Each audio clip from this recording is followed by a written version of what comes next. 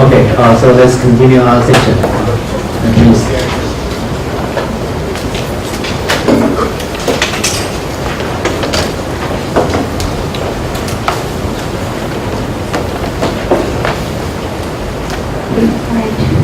Thanks a lot. Thanks a lot for staying to the Friday afternoon. So I talk a little bit slower in morning time, so the following is will be a lot of the details, techniques. Most of them have been published. Some of them are new, haven't published it yet. But you can either reference our papers later on, or they're new, so we can have more discussions. So we can further improve our architectures. So previously I tried to spend time to introduce thoroughly on our design concept. The previous designs was for the single layers majority to explain how the design works. We also trying to extend works to the multi-level designs, and here is the example. This is in hybrid spiking multi-layer self-learning neuromorphic systems. In fact, in recent years, we switching to the spiking based for power efficiency consideration.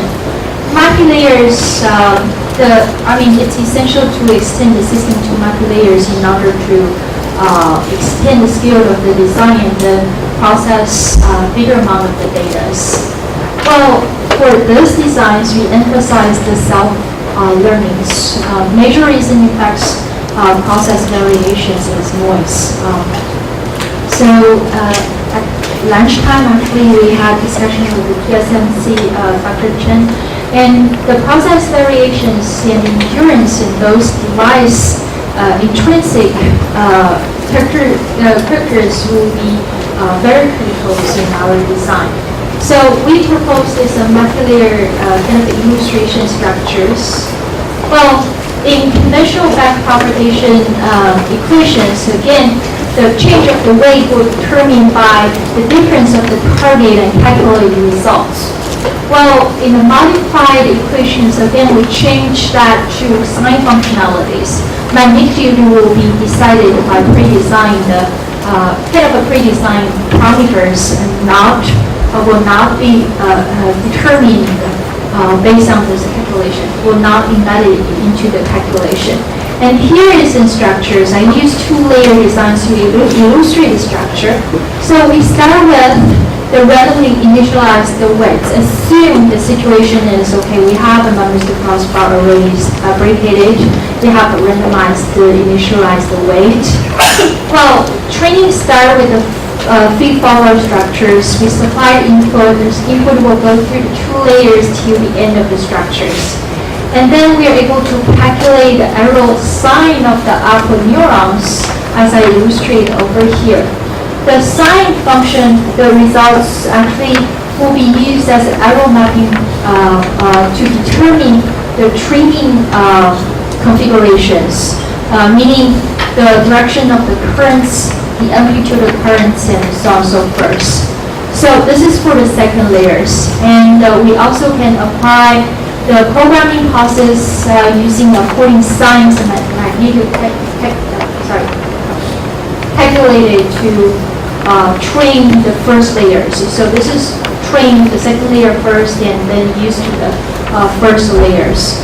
Our paper were published on the date 2017 explain how to control the sign functionalities during the training process over here. Well, here is kind of the evaluations. For all the spike simulation based works, we can only demonstrate the small scale applications, and this is again very small scale applications. As you can see, the network size is very small. First, input layer is 32, inner layer is 10, and the upper layer is 6 for those examples. While we have 600 training set size and testing size is 200. Well, over here I show you some kind of results for those networks. The y-axis is average filler errors, and the x-axis is the data sets.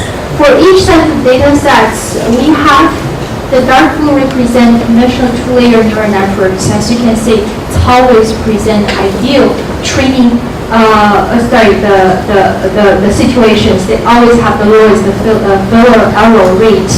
Two-layer spiking-based systems represented by kind of light green bar over here, and the one-layer spiking-based systems represented by the yellowish bar over here. So more levels in the networks can represent more knowledge of the information, therefore have a better recognition rate. And over here, those numbers represent the training epochs, meaning how many iterations to make training converged. So as you can see, two-layer design usually requires more iterations to get converged in order to learn those knowledges. As I said, our conception is to talk about we're trying to trace what is the optimal designs. For IFCs, x-axis is the pause numbers. So when we increase the pauses, of course the failure rate kind of decreases as those example shows. So again, the required pauses is related to the complexity of the applications. For a simple case like a cancer, like the binary digits over here, small number of pauses is sufficient because our input data is binary format. There's no grade levels, and output is quite simple, only 6 digits. Well, for some more complex applications, so we have to extend the output pauses. This is kind of expectable. We also trying to evaluate the impact of the process variations. So x-axis on the left figures shows the deviation of the process variations. The y-axis again shows the average failure error rate. For each applications, the pair shows before and after applying the self-learnings. So the essential information we're trying to deliver is for memories of crossbar structures, the self-learning is necessary. In fact, this work is not so obvious, but some other works shows is the better approach probably is to program the memories first to some initial values. The initial values based on the theoretical calculations.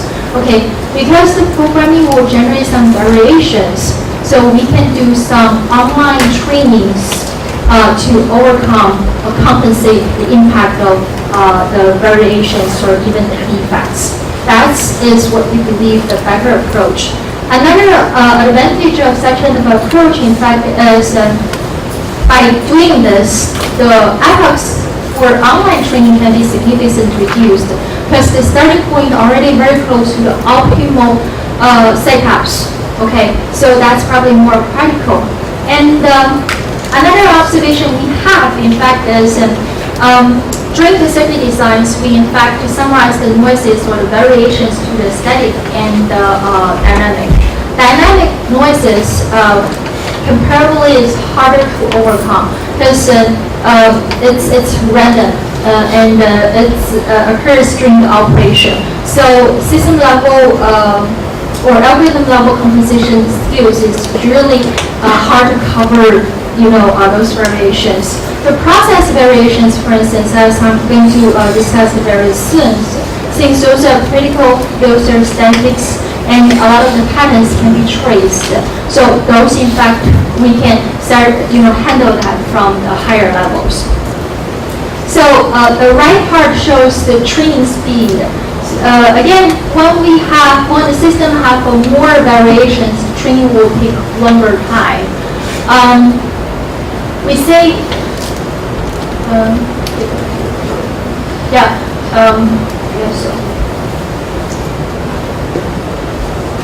Well, our labs actually since 2015 since starting the fabrication of the chips. Majority of the measurement results actually for these designs. For the new designs, for example, the level-based designs, the one integrated with the RMs, and also we have something submitted early this year. We're still waiting for the permissions to present and publish this. to quickly summarize this, so far we have 4 or 5 neurochips spike and level-based, and the majority of the fabrications were sponsored by United Air Force Research Labs.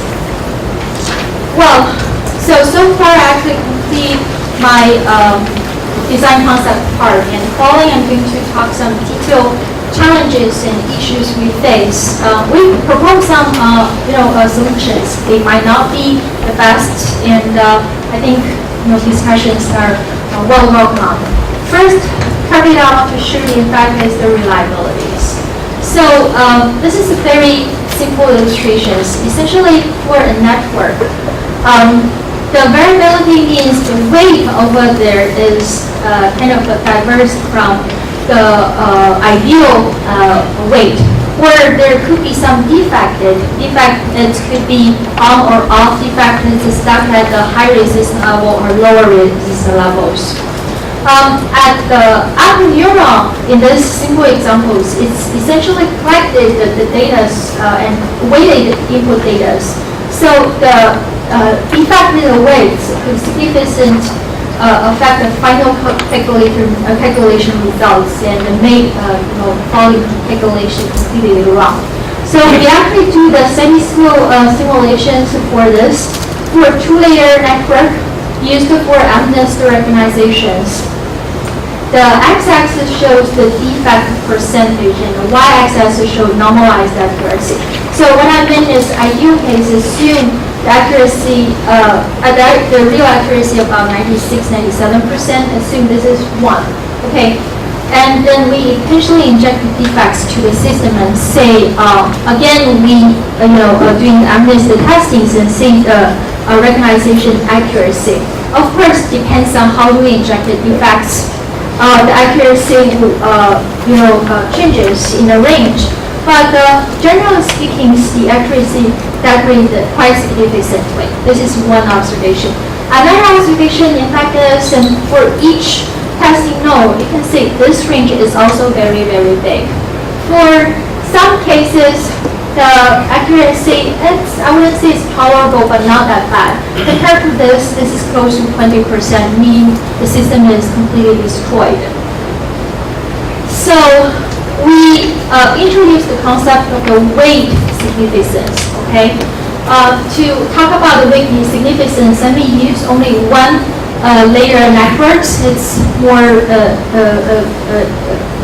obvious to show the situations. What I really want to show here is for the networks, the contribution of those weights are not equal.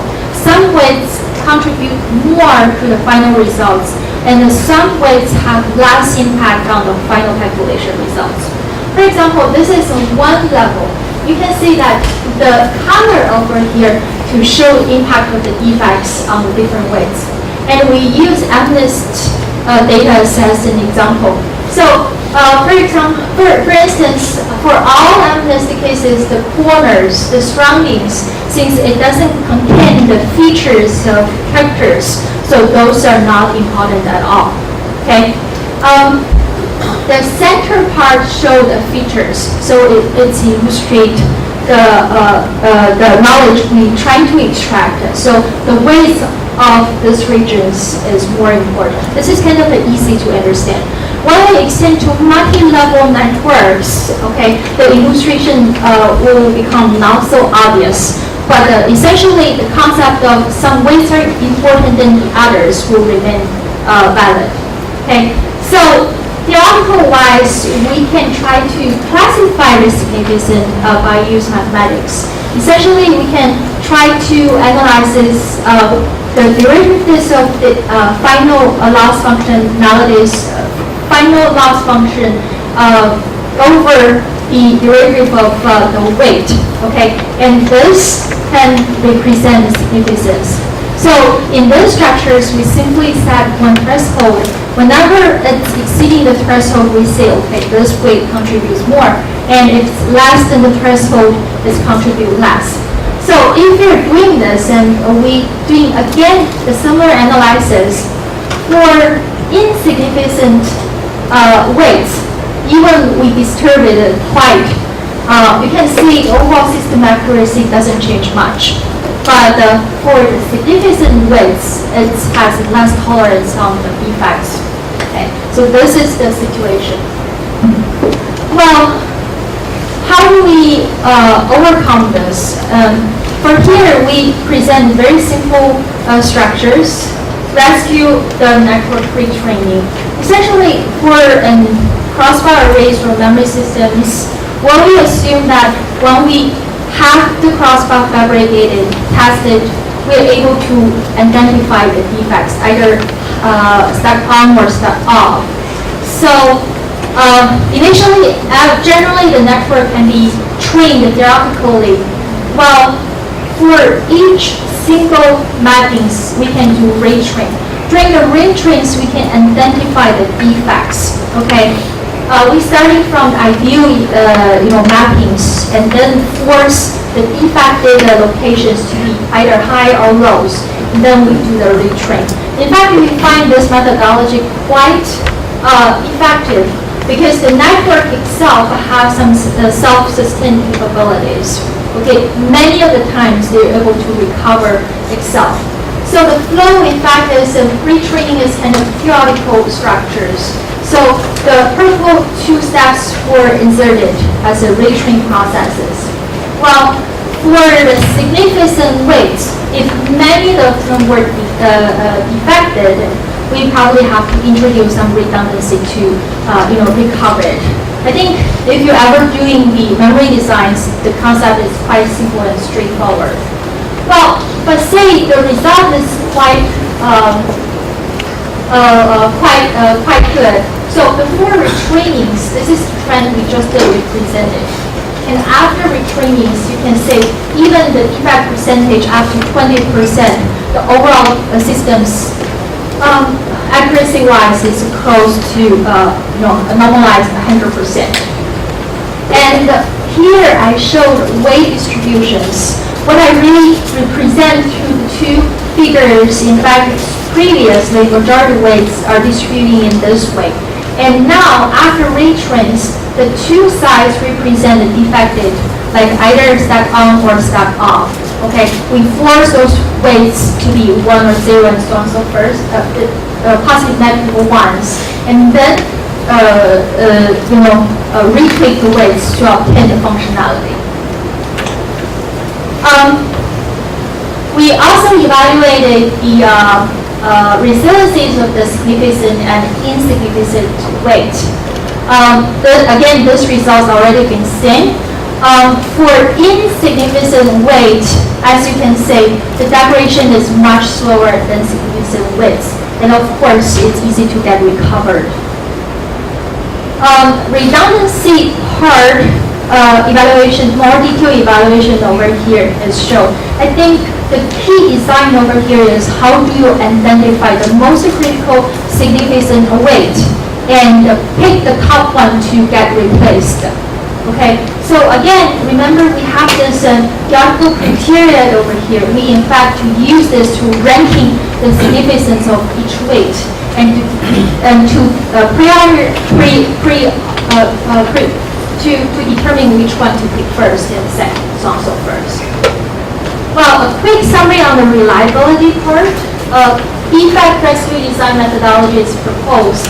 The goal is to restore the accuracy loss induced by random defects. While other methodologies trying to integrate three major components. First, weight significant. Second, retraining algorithms. And third is remapping processes. Another information I didn't present over here, but I think we can discuss is my concept is second of the defect is kind of we catalog as a static wise. So those static defects or variabilities, system level approach can handle those very well because they know what happens over here. We recently have a work accepted by the SCCAT. I do not have a slides ready to present over here. That one is because of the weight shifting, the resistance shifting on memory technologies. Basically, it's meaning that when you access the devices, the resistance will be get slowly drift from its original values, right?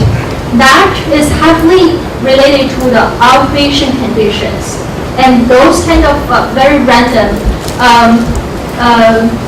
into variations. What we find is it's hard to cover by system level. So the lower level, like circuit structures, will be necessary. And we had some initial results and will be present on ICCAT this year. Yes.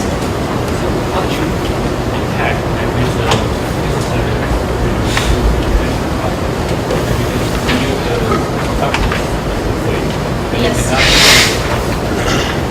We do not measure the conductance. Yeah.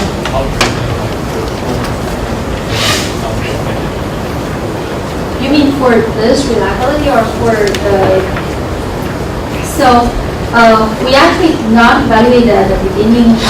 We just say, okay, based on the measurement result, we can easily tell the defect. So this would only focus for the defect that cannot be programmed or cannot be trained completely.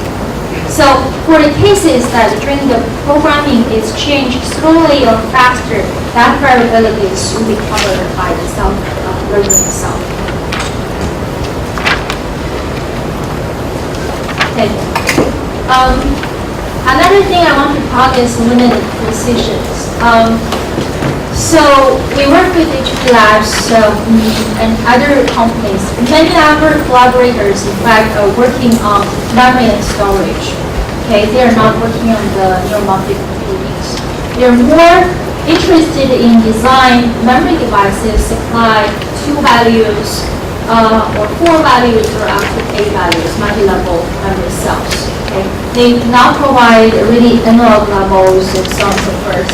So we're trying to make those memory arrays working for the neuromorphic designs, and we say, okay, how can we do this? So in this work, we try to analyze the quantization processes. Essentially, how do we optimize that? How do we optimize how do we mapping the floating point weights in original algorithm level to 1 level weights in the neuromorphic computing systems? Okay. What's very obvious is floating weights. If we simply map either to high or low, it shows quite significant informations. And as you can see for LANET, it's kind of a CNN structures and trained for MNIST. It's still very simple examples. So floating point weights, it can obtain 99% of accuracy. With 1 level weight mappings, the accuracy dramatically dropped to 90%. It's already close to and useful. Well, it's kind of a major challenge, especially with trying to leverage the existing memory technologies. So in this work, we propose classification, accuracy improving methodologies, including 3 parts: the distribution-aware quantization, quantization regularization, and bias tuning. First of all, the distribution-aware quantization. So for quantization, usually what people do is site and threshold for like 1 level precision, like resistance high and low. Set the bar and say, okay, whenever higher this bar, then this 1. Lower than this bar, then 0. Okay. Well, what we find during the analysis is the learned weight for different layers, in fact, are different. So that's looking at those figures, the blue bar part. The blue bar shows the weight distributions of the periodical training results. As you can see, first you can see x-axis, the range for different layers, convolution 1, convolution 2, inner product 1, inner product 2, they are different, right? The shape are different. So what we propose, in fact, is 3D quantizations for different layers. We shall optimize the selection of the weight instead of to use one uniform selections to all the layers. Okay, so if you're doing this, for laminate again, theoretical 99%, traditional quantization 90%. By just doing this distribution-aware quantizations, we can recover to 98%. Of course, this is also because the network is so simple. Quantization, regularization, QOR, is because the previous distribution-aware quantization is used for quantization processes. Essentially say, okay, for the trainings, we decide this, and then we got these distributions, and based on distributions, we picked the optimize the quantization values for each layer, and that's it. The training part was not really considered. And the quantization regularization is kind of a really algorithm level to consider or optimize the training part. So, for network training processes, usually we add some arrow functionalities to constrain the shape of the trained weight matrix. So L1 norm regularization is kind of widely adopted.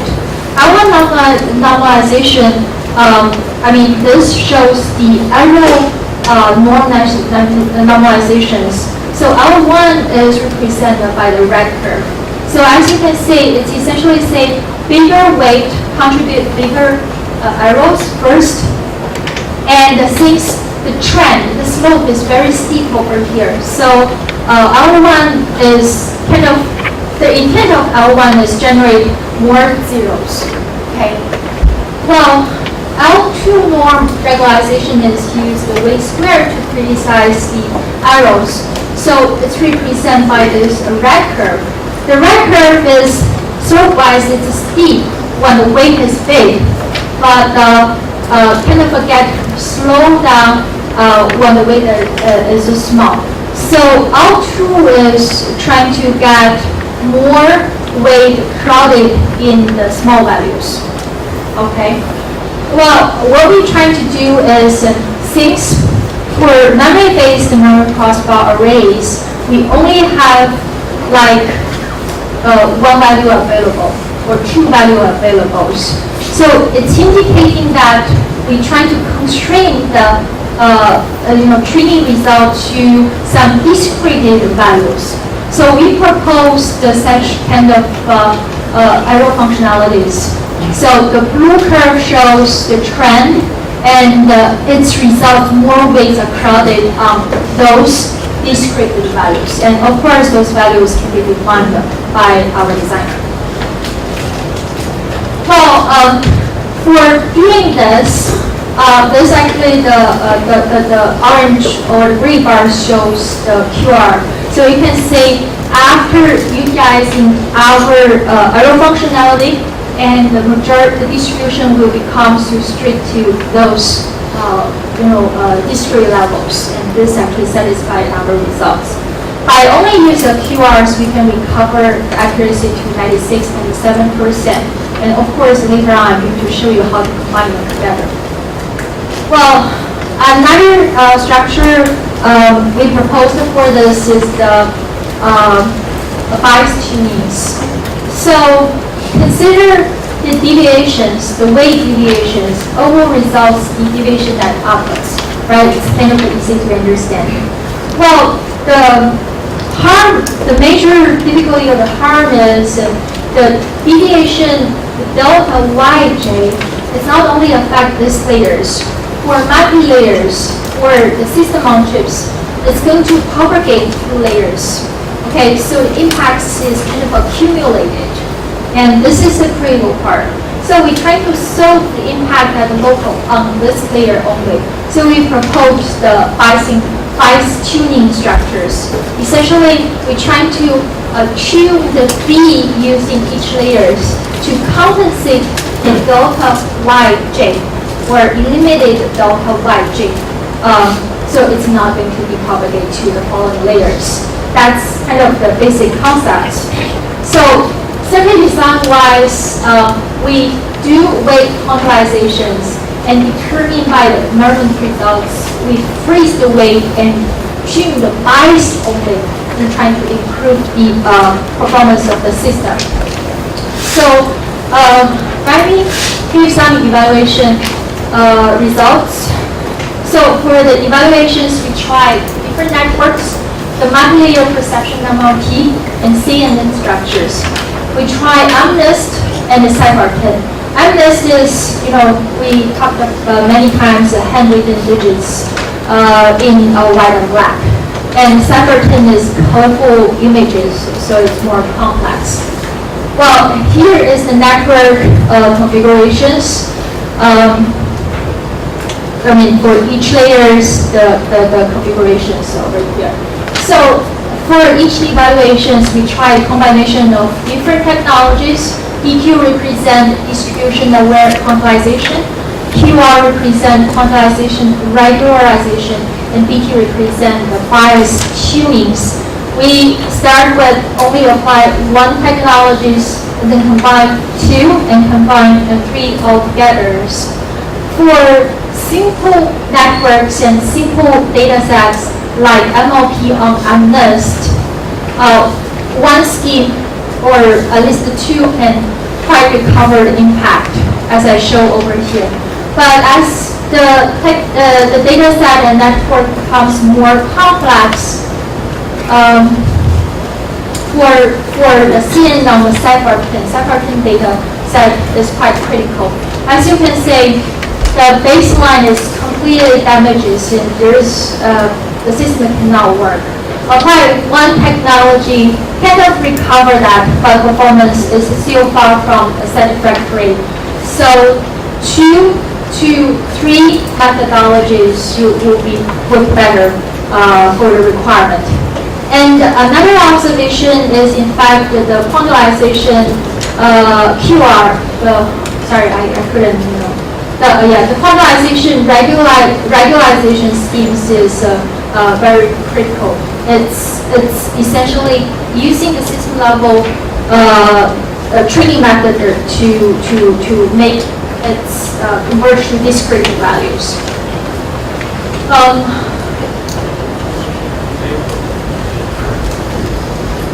How many labels? No, for this is only 0 and positive, negative 3 levels. Yes. And this is kind of an illustration. I know it's kind of hard to say, but the expectation is the first line, for instance, is to show the learned filters, and the second line shows the learned filters for one-level situation. So the shape and colors represent kind of knowledge learned. The closer the two parts are, meaning the better information maintenance, and you can see that it's quite close, but it's still difference because we only have a one level over here. Bias tunings is back to how to elevate variations. So we did analysis over here. Essentially, without bias tunings, again, when we inject some noises, the system kind of degrade really soon.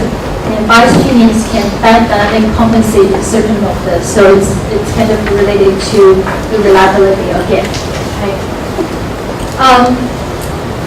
So this work we published on the SPDAC early this year.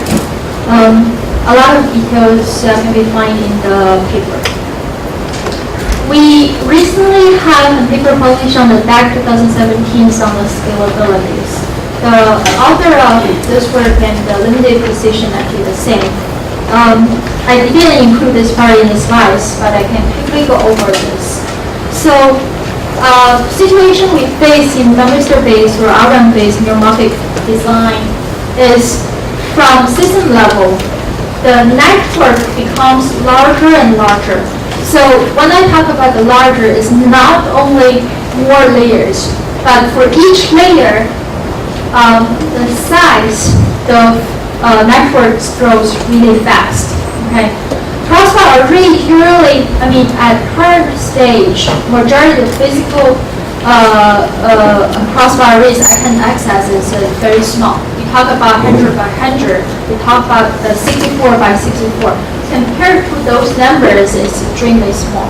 So in implementations, we have to partition a large array into several, memory stir crossbar arrays and putting them together.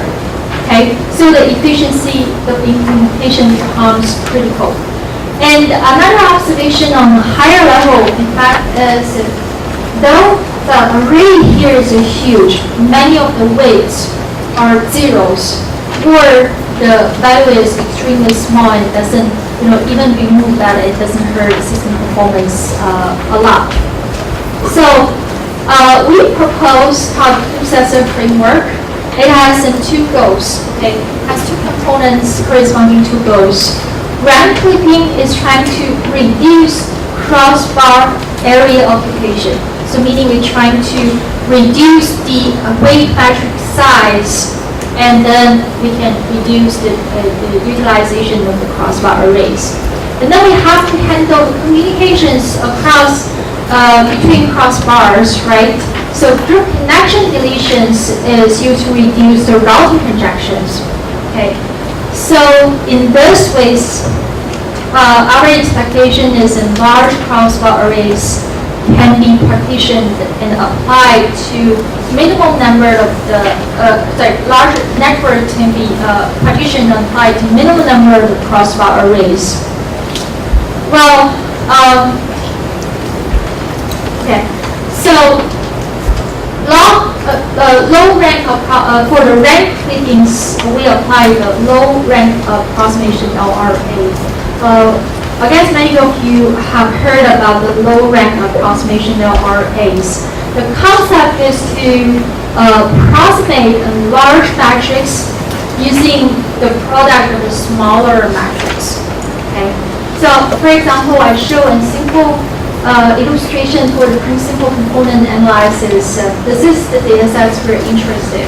Originally, it's in a three-dimensional space, or 11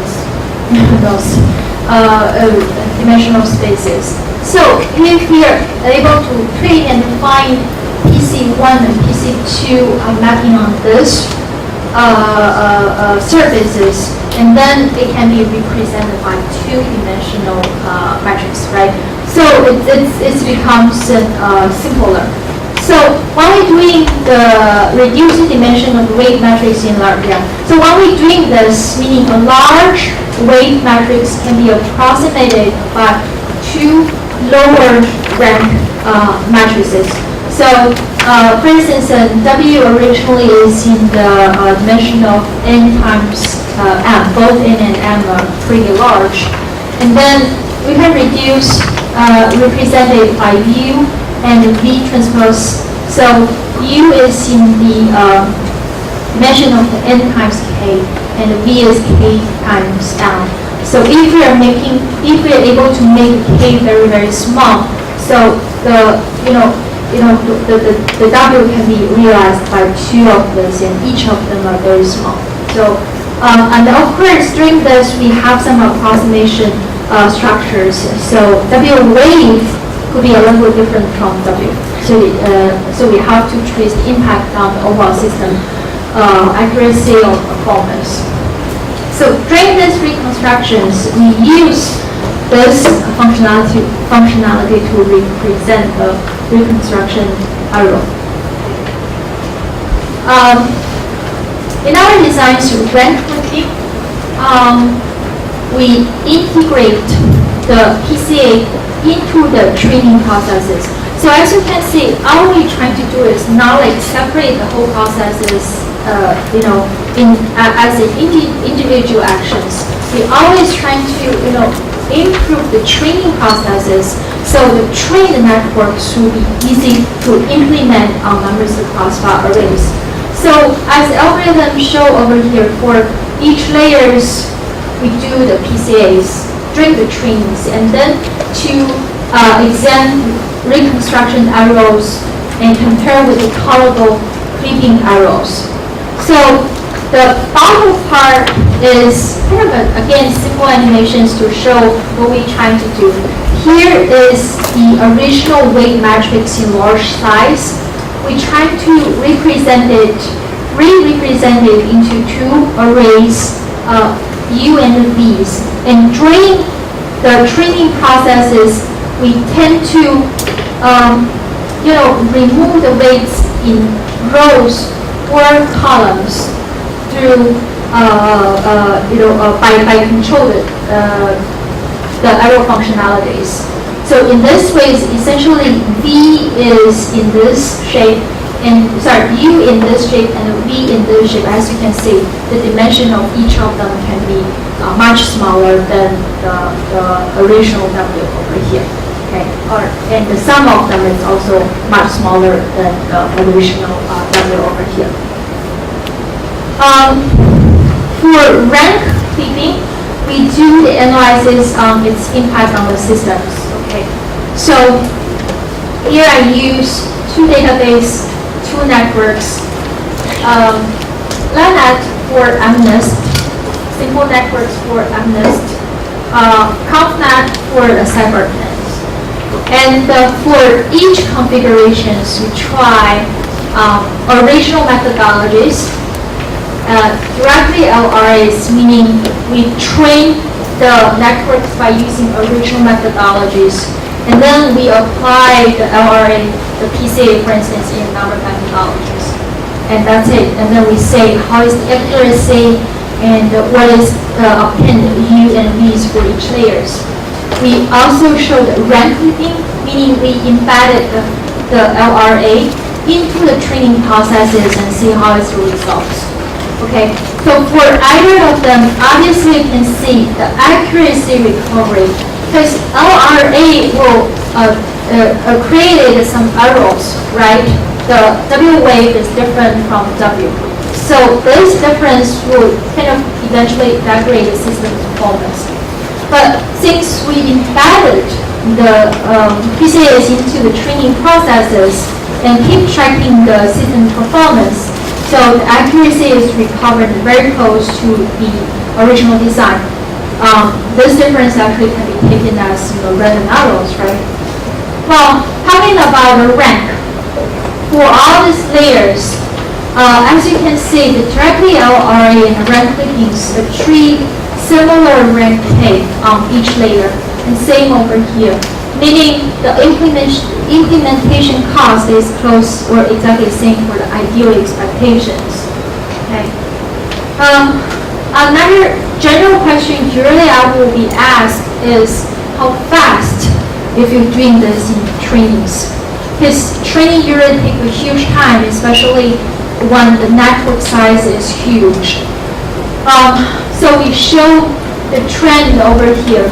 Okay, so in this one, first the black curve shows the accuracy of the systems through the training iterations. We start with network trained under ideal situations, so the accuracy remain high, and as you can see, it continually remain high during the entire iterations.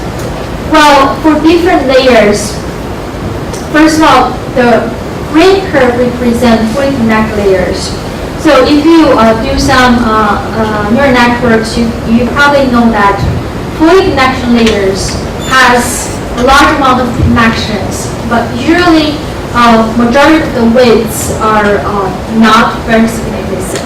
That's why you can see that the rank drop is very quick for fully connection layers, and eventually it gets saturated.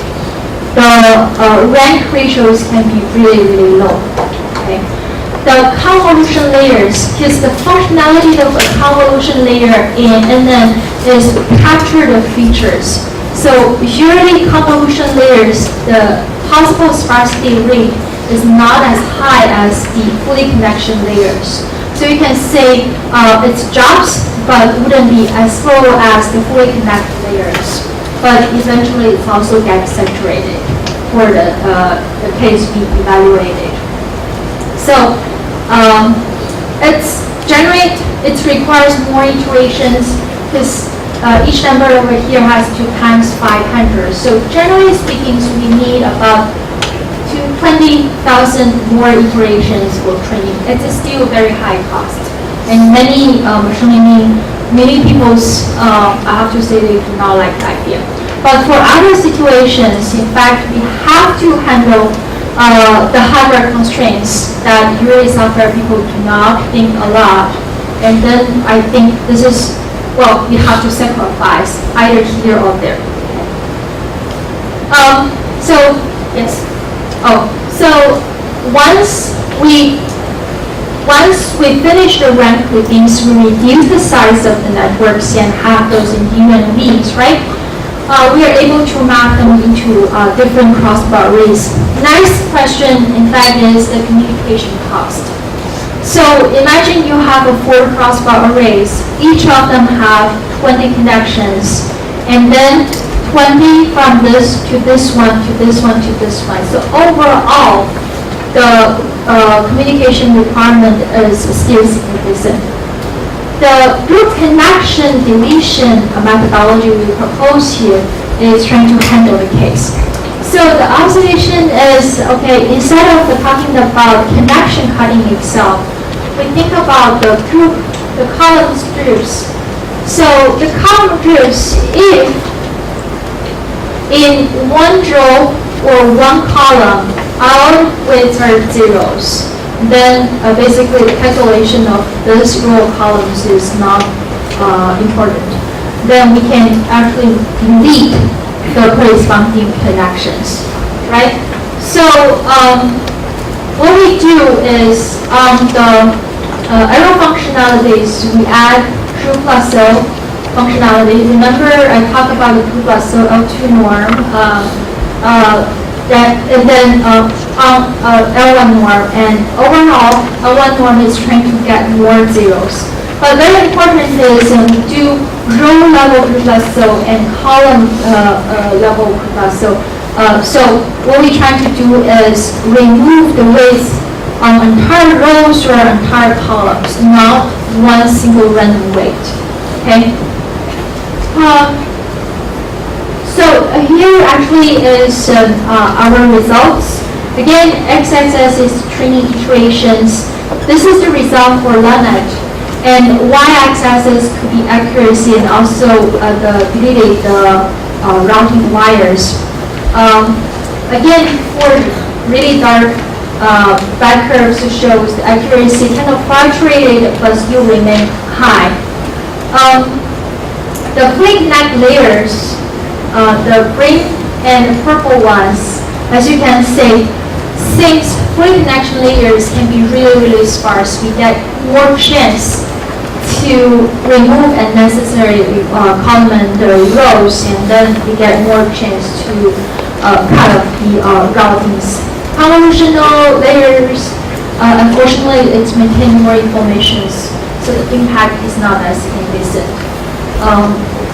I do expect it extending the iterations. We might get saturation somewhere, but it's really could take really long. Again, we usually like to get some illustrations to show the impact over here. Say this is a fully connected layers, and I use U and V's. I think it's UV situations, and each rectangles to represent one memory crossbar array mappings. So as you can see, for instance, here and here, it's almost empty because our schemes kind of remove majority of the connections. So in real implementations, we might combine them completely. And this is the 2 million structures. So you say we tend to remove entire rows. I will see many entire columns in the structures over here. So this is how we, improve the routings and also improve the routings in the design. And here is the final, overall evaluations. The top one is the rank grouping to represent memory state crossbar area reductions, meaning the reduction of the use of the memory state crossbars. And the second part shows the group connection deletions to show how much we can benefit it from the routing area savings. Well, for two networks, we show impact on each individual layers and also the overall impact. For LANAC, it's putting net layers is much bigger than convolutional layers, so it's dominate the overall impact. The ConvNet have more convolutional layers, so this is the average results. So total crossbar area can reduce 13 to 50%, really depends on the network structure. And the routing area is to be 8 to 52%. It's also determined by your application and the data set. So let me again quickly summarize this work. We proposed a framework named Group Sensor, which aimed to reduce the impact of hardware limitations on RNN-based neuromorphic computing system implementation. We try to extend the scalabilities and map the large neural networks.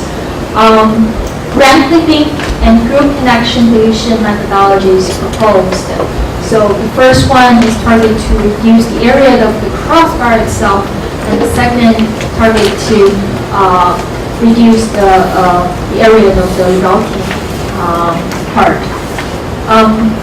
So again, the limited precision and scalability since this is the one student working on this, and this is more like system level approaches to try to solve some lower level device and circuit constraints or limitations.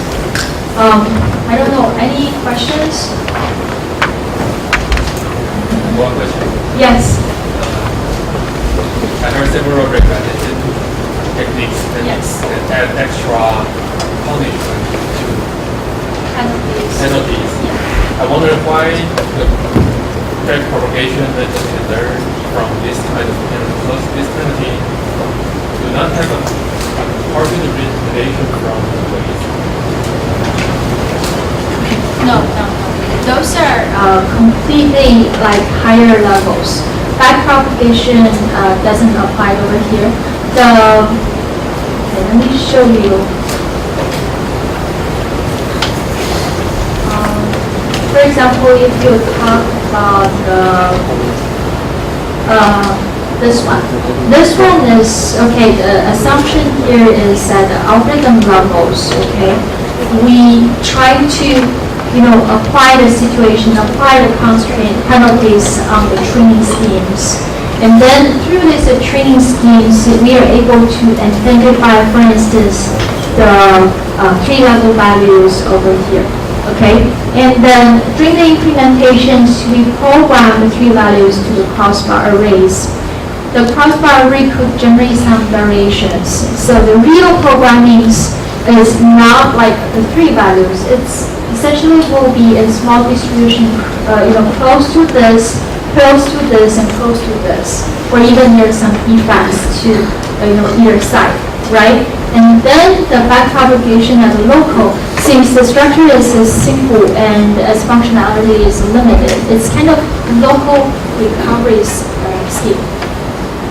I don't know if you okay. So basically we use local back propagations, trying to recover the impact of small deviation over here, but we do not expect back propagation itself can completely handle the entire system variations, or at least not for such kind of a complex systems. Is there another higher level learning? Yes. Such as related meaning? Yes. So the system level, the key we try to explain is the system of training structure or algorithm itself have to consider what we have at higher levels and embedded those constraints in the trainings. We couldn't wait till a very later stage when everything has been programmed and then we find, okay, there's so many constraints. And then the delta rule, since it is so simple, it cannot handle everything. Online training couldn't handle everything. Okay. Any other questions? Okay. Well, okay. So next two part, I'm going to talk our latest work on application. There is first.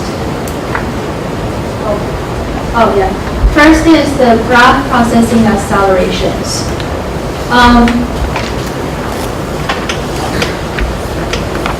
So I guess we all know that graph processing becomes very, very important nowadays. It has a lot of applications. For example, PageRank. PageRank is kind of the web page searchings.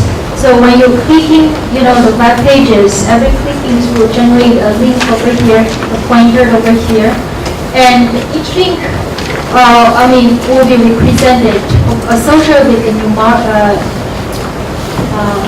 numerical values and numbers or values over here.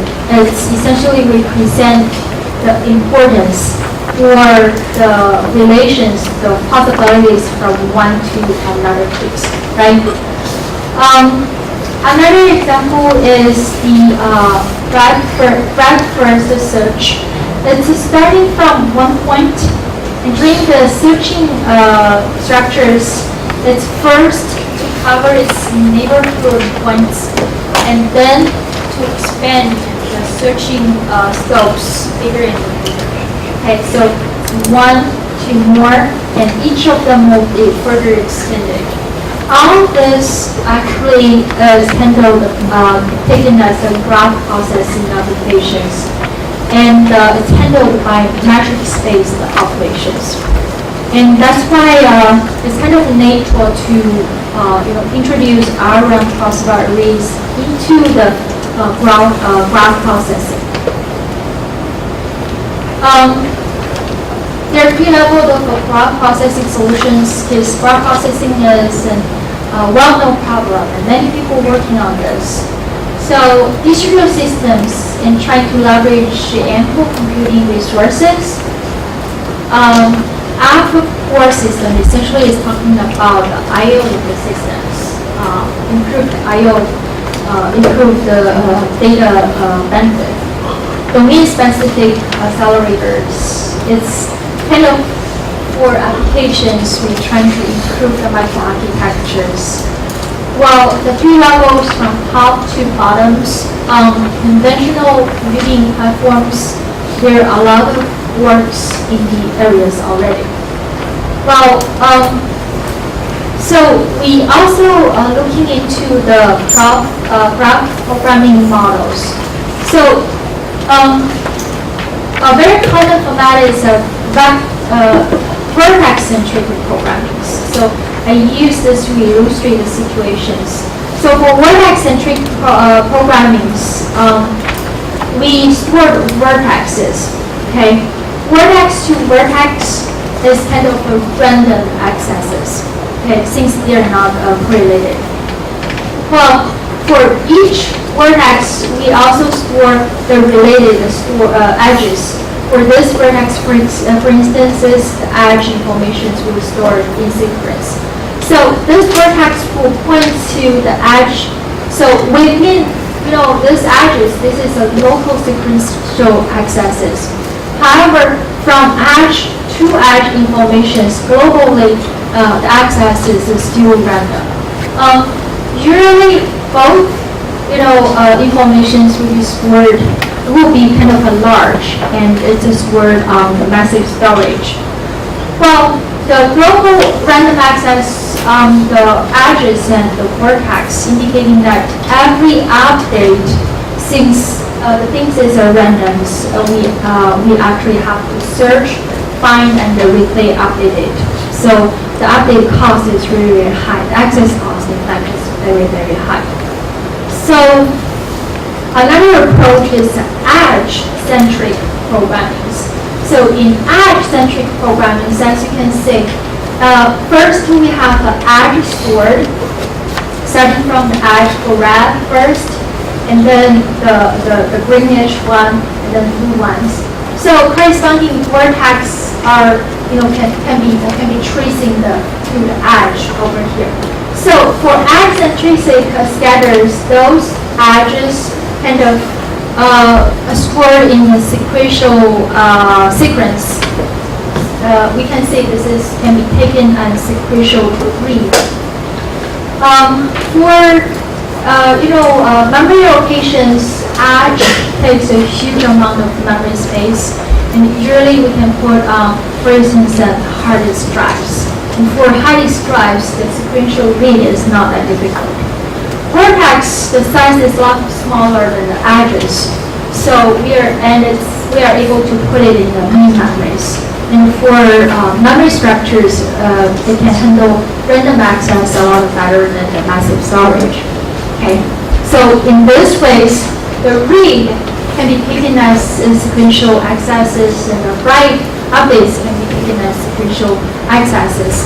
So the edge-centric programming is taken as better than the vertex-centric programming.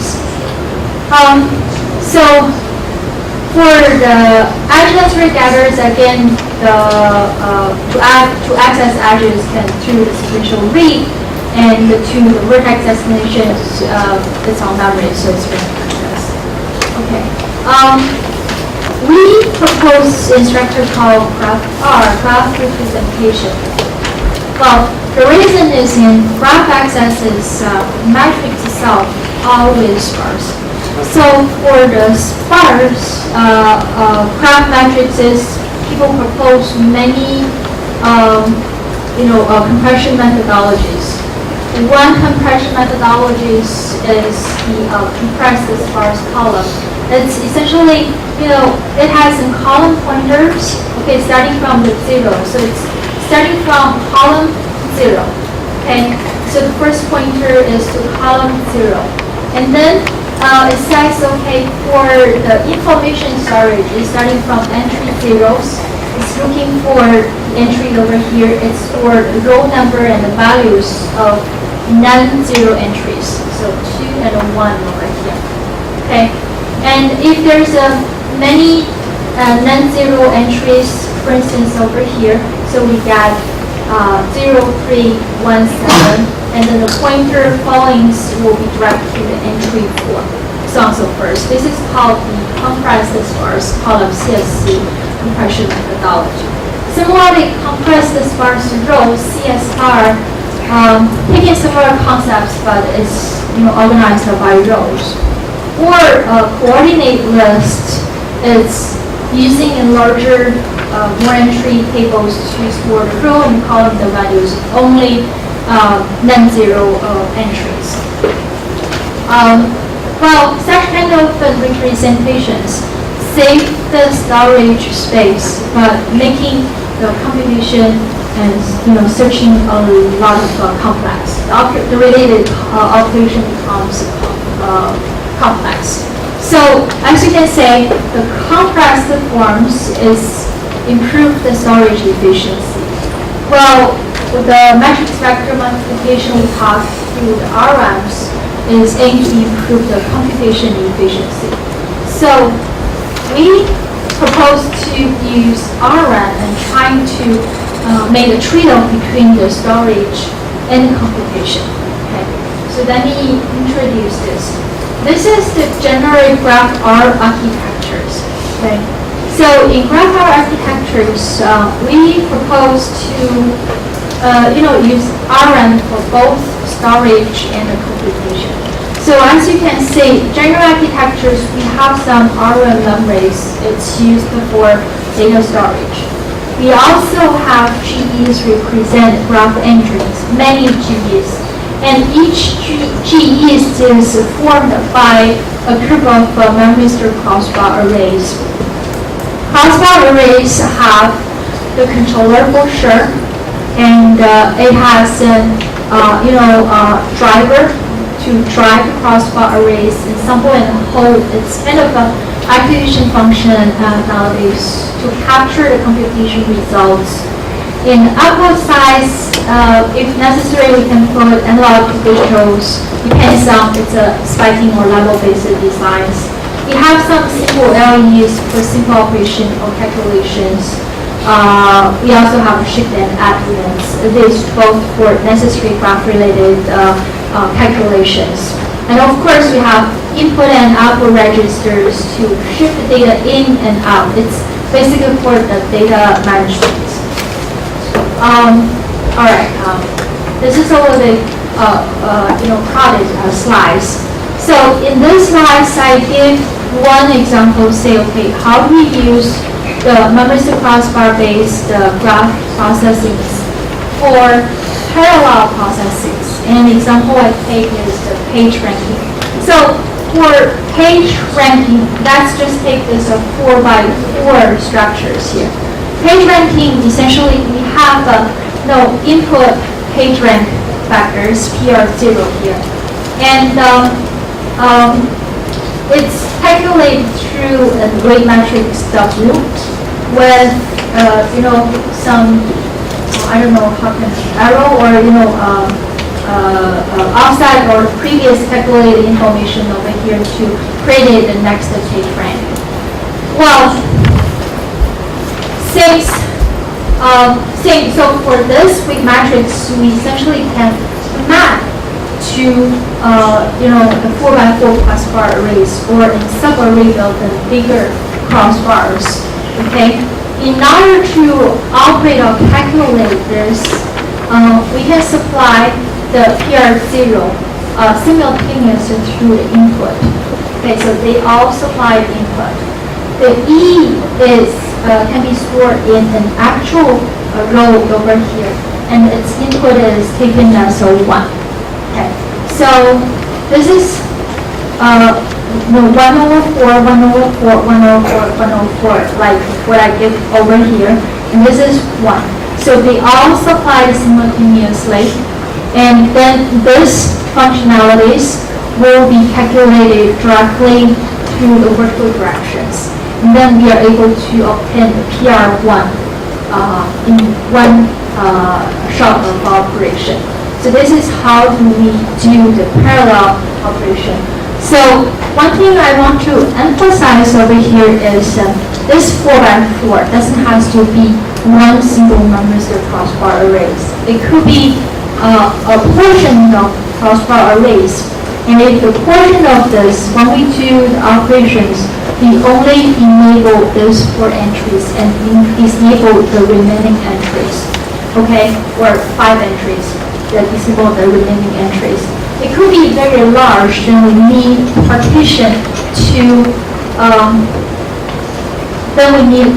into several sets, and then we use the shift and add units and simple ALUs to consolidate the computation results from different crossbar arrays. That's why we have this in order to handle bigger data set.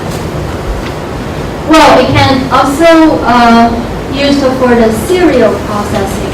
So those are just simple examples. So if we're trying to look for a short path, okay, in short path searching structures, the calculation is kind of starting the source like I0 over here, and then we find what is the short path and then goes to next and next. So in this ways, original matrix is still stored in members of crossbar arrays like this. The difference is during the operations, we have to take that one by one, because the short path searching is we go through one levels, find the shortest path, and go to the next levels, and so on and so forth. So as you can see in these illustrations, we have multiple steps. Each of them represent one epoch, and so we start from the I0. I couldn't see that by myself. This is 4. 4 is supplied, and the entry 1 is supplied over here. Okay, and this calculate inner results. Okay, and in the inner results, since this is a short path searchings, right? We have to find the minimal values for each entries. So we get, those values, okay?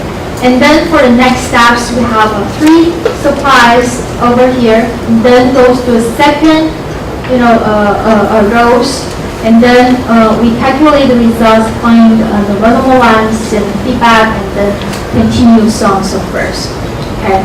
So either ways, you can say no matter it's a parallel process or serious processes, it can be remapped to the memory state crossbar arrays, and we are able to realize the functionality. So the design of 2 structures is still remain the same. Well, the key is how do we organize the data? How do we shape the data for different applications? Well, purely I hate to represent the results because it doesn't make much sense. But here we tried architecture level simulations for benchmarks in PageRank applications, breadth-first search applications, short-pass search applications, and sparse matrix vector applications. So for all of them, generally speaking, compared to CPUs, it's improved the speed quite significantly and also saves a lot of energies. Okay. So all this is, estimations is conducted at the architecture level simulations. I just want to give you a concept over here. Any questions for graph processing? Yeah, so I guess every 5 minutes. Any questions regarding this part? Okay, if no questions, let's take a 30-minute break and please come back at 3:15. Thank you.